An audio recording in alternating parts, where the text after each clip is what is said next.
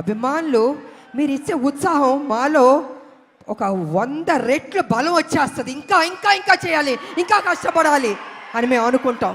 అందుకే ఒక్కొక్కళ్ళు ఒక్కొక్క పొజిషన్కి రీచ్ అయ్యాం, జీవితంలో సాధించాం, మంచి మంచి సినిమాలు చేయగలిగాం. అదేవిధంగా ఇవాళ జూనియర్ ఎన్టీఆర్ గారు, నేను కళ్యాణరామ్ గారు చూస్తుంటే రామ్ లక్ష్మణ్లా ఉన్నారు. నిజంగా చూడ ముచ్చటగా ఉన్నారు ఇద్దరు.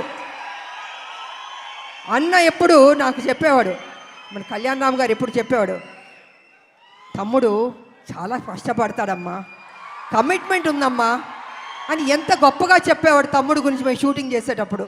అలాగే తమ్ముడికి కూడా అన్న మీద ఆ ప్రేమ ఉంది. అందుకే ఇద్దరు రామ్ లక్ష్మణ్లా ఉన్నారు, చూడ ముచ్చటగా ఉన్నారు ఈ జంట. నిజంగా బాబు మీరు ఎప్పుడు ఇలాగే సంతోషంగా ఉండాలి, ఇంకా గొప్ప గొప్ప సినిమాలు చేయాలి. మీ ఫ్యాన్స్ మిమ్మల్ని గుండెల్లో పెట్టుకున్నారు, ఇంకా గొప్ప స్థాయికి మీరు వెళ్ళాలని నేను మనస్ఫూర్తిగా కోరుకుంటున్నాను. అదేవిధంగా మా బిడ్డ కళ్యాణరామ్ గారు బాగా చేశారు ఈ సినిమాలో.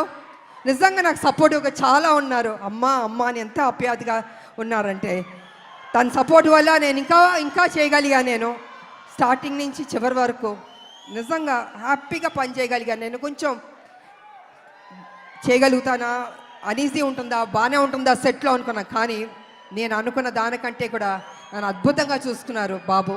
సో వారికి నా ధన్యవాదాలు తెలియజేసుకుంటూ, మరి ఈ సినిమాలో నటించిన ప్రతి ఒక్కరికి, నటులకు, టెక్నీషియన్స్కు, డైరెక్టర్ గారికి, డిఓపికి, మ్యూజిక్ డైరెక్టర్కి అందరికీ అభినందనలు తెలియజేస్తాను. అందరూ బాగా చేశారు. ఈ సినిమా ఏప్రిల్ 18 మీరందరూ థియేటర్కి వెళ్ళి సూపర్ హిట్ అని మీరు చెప్పాలి. మేమందరూ ఆనందిస్తాం. మేము కష్టపడిన దానికి మాకు మీరు ఫలితం ఇచ్చిందని అవుతారని తెలియజేసుకుంటూ, నాకు ఈ అవకాశం ఇచ్చిన మీ అందరికీ అభిమానులు, దేవుళ్ళు కృతజ్ఞతలు తెలియజేసుకుని సెలవు తీసుకున్నా. థ్యాంక్ యూ విజయశాంతి గారు. అండ్ విజయశాంతి గారు చెప్పినట్టుగానే ఏప్రిల్ 18న మనం థియేటర్స్కి వెళ్ళి సినిమాని వీక్షించబోతున్నాము. ఆల్రెడీ టీం అందరూ స్టేజ్ మీదకి వచ్చేసారు. ఆదిత్య మ్యూజిక్ నుంచి మాధవ్ గారిని, నిరంజన్ గారిని కూడా వేదిక మీదకి రావాల్సిందిగా రిక్వెస్ట్ చేస్తున్నాము. And Muppa group of